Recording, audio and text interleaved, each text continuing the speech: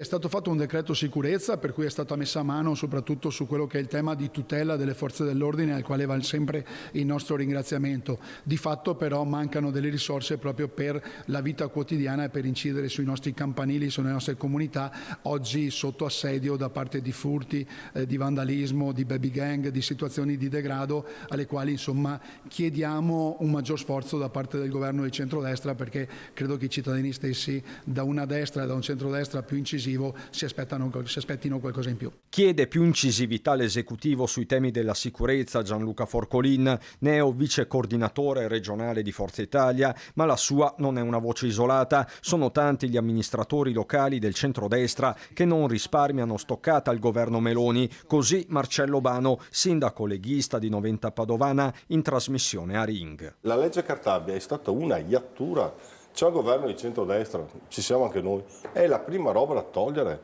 ma il problema è che non sanno dove metterli. Convitato di pietra sembra essere il ministro Carlo Nordio, in pressing il centrosinistra con l'avvocata trevigiana Antonella Tocchetto. Loro hanno un ministro, potrebbero fare un click, posso dire? Cambiano la legge Cartabia. Si ritorna domani mattina, tolgono la legge Cartabia, non è più a querela di parte, ma direttamente subisci il furto, benissimo, inasprisci le pene. Da Mansuè l'assessore Erika Anzanello, Forza Italia, rivela come tra i cittadini serpeggi malumore e c'è chi invoca le ronde, magari attraverso i volontari della protezione civile. C'è qualche cittadino privato che l'ha chiesta, mi ha chiesto personalmente, mettiamo noi le nostre forze e ci diamo un turno, però burocraticamente non so quanto realizzabile sia e quali sono i freni che può avere, cosa si può fare in questa situazione. In vista c'è l'incontro chiesto al ministro Piantedosi dall'Anci Veneto guidata dal leghista Mario Conte, e qui il fronte è comune, lo fa intendere dal Partito Democratico il primo cittadino di Vicenza Giacomo Possamai, a sua volta vice proprio di Conte in Anci. È evidente che abbiamo bisogno che lo Stato abbia una presenza diversa, più capillare.